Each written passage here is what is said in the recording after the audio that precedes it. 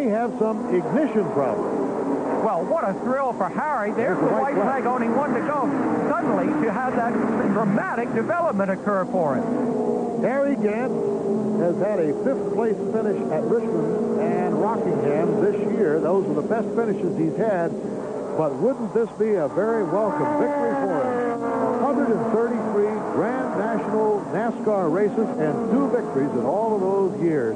And Harry Gant is on the verge of winning one of the toughest of them all, the Darlington 500. And here he comes. The checkered flag is out for him. Look at this crowd. They're going bananas. And he wins it by 1.04. Your crew member, what we got there, Clark? That's all I had. I was thinking, move him. He just couldn't move. He looked off happy. Not our day today. That's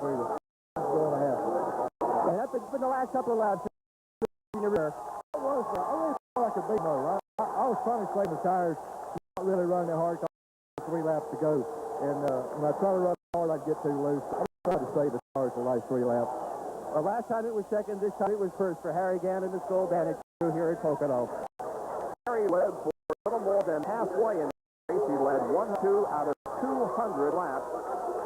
And the average speed again, 121.351. The race took 7 minutes and 21 seconds. Our congratulations to Harry, and our congratulations to second Burl in 3rd place, Bill Elliott. With more from Pocono after we pause these messages.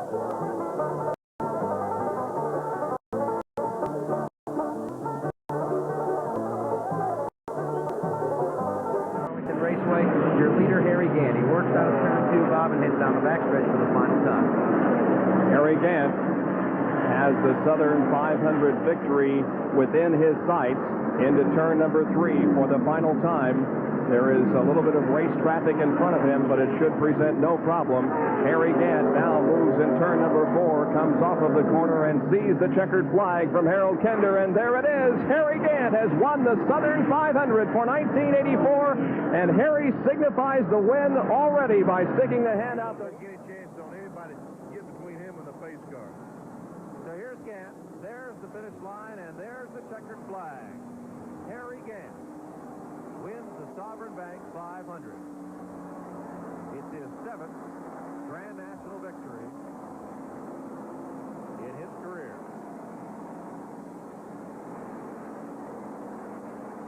And there is jubilation. And fuel is a bit of a question right now. Will he make it this final lap? He's got to be cutting it close. Well, you'd think he would. Now, you've seen the 15 car come in a while ago and take on fuel, and Harry didn't pit.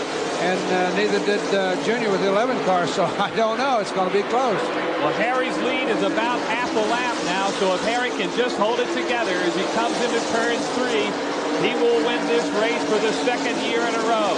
Gant's in the turn now. The crowd on their feet. Here comes Harry down the front straightaway. He takes the checkered flag from Harold Kender, and Harry Gant has won the Delaware. Turn number 4. The white flag is out.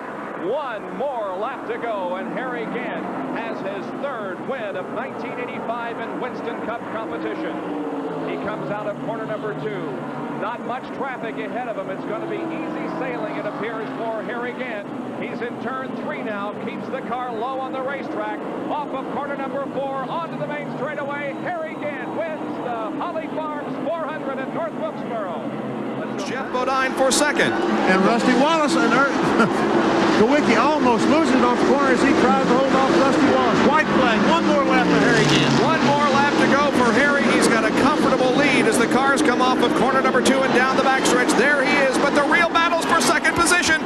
And Davey Allison, it appears, is going to have 2nd. Yes, indeed. He's passed Jeff Bodine at the end of the backstretch, and Davey Allison is now in 2nd position. Jeff Bodine in the number 5 car is in 3rd. Here comes the end of the race, ladies and gentlemen. It's going to be Harry Gant winning his 10th Winston Cup career win. And in 2nd position is Davey Allison. 3rd is Jeff Bodine. 3.5 hours after things get started, the checkered flag will fall. Long day. 4.5 hours. My apologies for that. The long caution as Andy Petrie with the broken sunglasses looks on, obviously anxious. This is a helpless time for the crew chief. What can he do now? He's done all he can do. All he can do is just sit back there and watch. And the problem is, like right now, he cannot see Harry Gant anymore. So he'll be looking towards turn 3. And when he sees that green and white car, that Skull car come off turn 3, then he'll be a happy man. And he'll probably get a new pair of sunglasses. White flag for Harry Gant, and probably the longest lap limb that he'll run all day. Yeah, for sure, because he's not had the best season. He's got that reputation, I think, for being a bridesmaid all the time and not the bride, and he certainly got it here. And that sigh of relief that the pits are going to have when they see that green and white car, as Phil mentioned, coming off of turn 3. Well, it won't be long. He's hustling for home. Harry Gant in the Oldsmobile, having it all his way in the late laps here today. If you're going to get good for the last 15 laps, and that's exactly what Gant did. Bided his time early, came to life when he needed to. Fans on their feet. Harry Gant has won the Miller Genuine Driver make it to the finish. Well, in any case, the white flag is out for Harry Gant. One more lap to go. Will he make it? He sets the car into turn number 1 for the final time, and the fans that came here on this Monday to watch this race are up and cheering for the 51-year-old from Taylorsville, North Carolina, showing the younger guys how it's done. Now, he has been warned that Rick Mast cannot push that car to the finish line. He has to cross the line on his own. Is he doing it right now, or is it a tight draft? I think it's just a tight draft. I don't know. Well, they're separated, so Harry is still on the gas, and he's got some in it. Here he comes off of corner number 4. Remember, the start-finish line is way down past the triangle. Yes, I believe he can coast the rest of the way. Can he do it? Can he coast the rest of the way? Well, is that one car pushing him now? Nope, they're separated. They're separated at this moment. Here comes Harry Gant down for the checkered flag, and he wins it. And Rick Mast moved to the inside. Has the white flag in hand. Now he waves it, and Harry Gant passes underneath the starter stand with 1.3 miles to go before he wins his second Southern 500. Harry Gant from Taylorsville, North Carolina, 51 years old. Looking for his 13th career win. This will give him 2 Southern 500 victories, and it will give him 4 total wins here at the track too tough to tame. Harry Gant comes off the 4th corner. The crowd is on its feet. They're cheering for him. Harry Gant wins the Southern 500. Finishing just ahead of the guy who ran so well here in the early stages of the race, Davey Allison, but who ends up in 12th spot. 16 laps, going for his 14th Winston Cup victory. The white is out on the track for Harry Gant. If he could just keep her between the fences now, he'll be in good shape again. Came into this race 9th in the standings.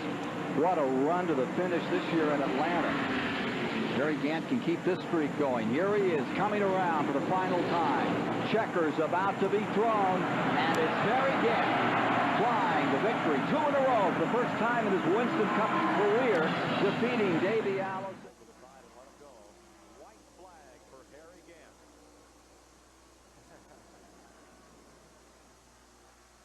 In half a lap, Gant will move into sole possession of 29th on the all-time win list. 2 wins behind Marvin Pass, 3 behind Curtis Turner and Neil Bond.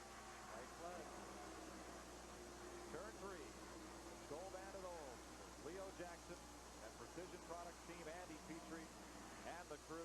Checkered flag. Harry Gant has won 3 in a row. 4 wins this season. His best year ever in Winston Cup racing. Already shaking their fists and waving. Here's Gant with the white flag. 1 more lap to go for 51-year-old Harry Gant and his 4th consecutive Winston Cup win. We have seen history made here this afternoon, and what Harry has done. He puts the car into turn number 3. He now sees the checkered flag from Doyle Ford. Here it is. Gant wins the Goodies 500.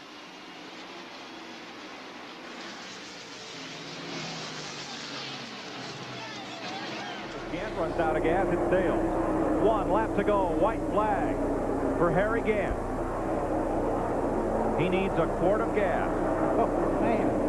This is tearing me up. Out of turn 2. Back straightaway. There's Waltrip. He goes a lap down. Look again. Here comes Earnhardt. Here comes Earnhardt to unlap himself. Earnhardt moves to second. Gant can roll and coast down the bank into the line. He's out of gas. Earnhardt comes by. Harry Gant coasts across the line to win the Budweiser 500. 17th career victory. I told you. That battle there for for second. Now we focus our attention on the leader, Harry Gant, and it appears as if Harry is going to win his second race of 1992. Brent Ledine has run out of gas as he went by and got the white flag. I said when he made his pit stop, you know, it was a 3-second pit stop. I said, I don't know if they got enough gas in that thing. Now, does that give me a little bit back for making that other big mistake? Yes. Harry Gant on the top of the racetrack in turn number 4, coming down off the banking. He sees the checkered flag from Doyle Ford waiting, and there it is. Gant wins with excellent fuel mileage. And he fell behind. White flag is up. Final lap for Joe Nemechek. One more time around. His 250th NASCAR Winston Cup Series start. Victory number 1 came at Loudon, New Hampshire. September 1999. He was driving for Felix Sabates then. And now, November 2001. It's victory number 2. Go down, baby. Yeah. Joe Nemechek wins at Rockingham. Never believe. Just gotta thank the Lord for a good, safe day, man. Place cars also pitted. They're going to have to go. And Tony Stewart's out of fuel. It's Clint Boyer's race now. Can he make it back? He has to go one more mile. And he's got Denny Hamlin in his mirror. Hamlin is trying to close. It is going to be this close. Does he have enough fuel? Boyer can pick up the win. He's led the most laps today, 176.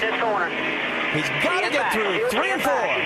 He's got to get through good, too, because that 11 car is there. It's called the Magic Mile. Who has the magic wand today? Mash the gas. Mash the gas. The name is Clint Boyer, and he's your winner. Come on, baby. Oh, my goodness, what a finish. Wow. Denny Hamlin second. Jamie McMurray comes across in third. Great race for Dale Earnhardt Jr. after a lot of officials, and they are still examining the scoring rules. 33. The official word is, it is the 33 of Clint Boyer. So Boyer will finish first. Kevin Harvick will be second. David Ruderman will be shown in fourth, with Juan Pablo Montoya third, and Joey Logano unofficially in the top 5. White flag. Down to the final lap.